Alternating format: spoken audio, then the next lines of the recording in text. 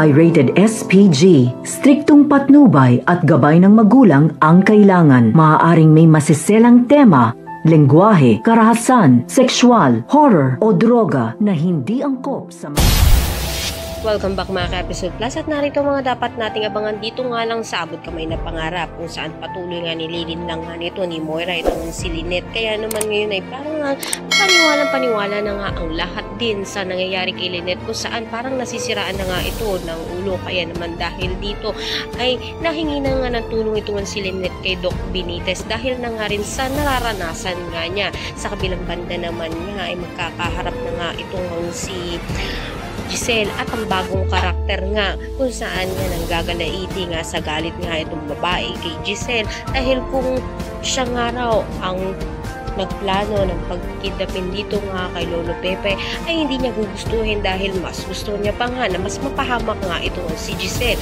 Kaya nabastusan naman itong si Giselle kaya nasampal niya ito. Binalikan naman nga ng sampal ng babae itong si Giselle at abangan nga natin ang bagong papasok na karakter na kung saan isang lalaki nga ang nagpakita. Abang-abang nga ang mga bagong karakter na pumasok dito kung saan ano nga kaya kaugnayan nga nila sa mga tanyag. Isa nga kaya itong mga anak sa labas nga nito ni Lolo Pepe. Kaya ngayon nga ay nagsilapasan sila. Lahat na yun ang mga natin. Maraming salamat sa inyo.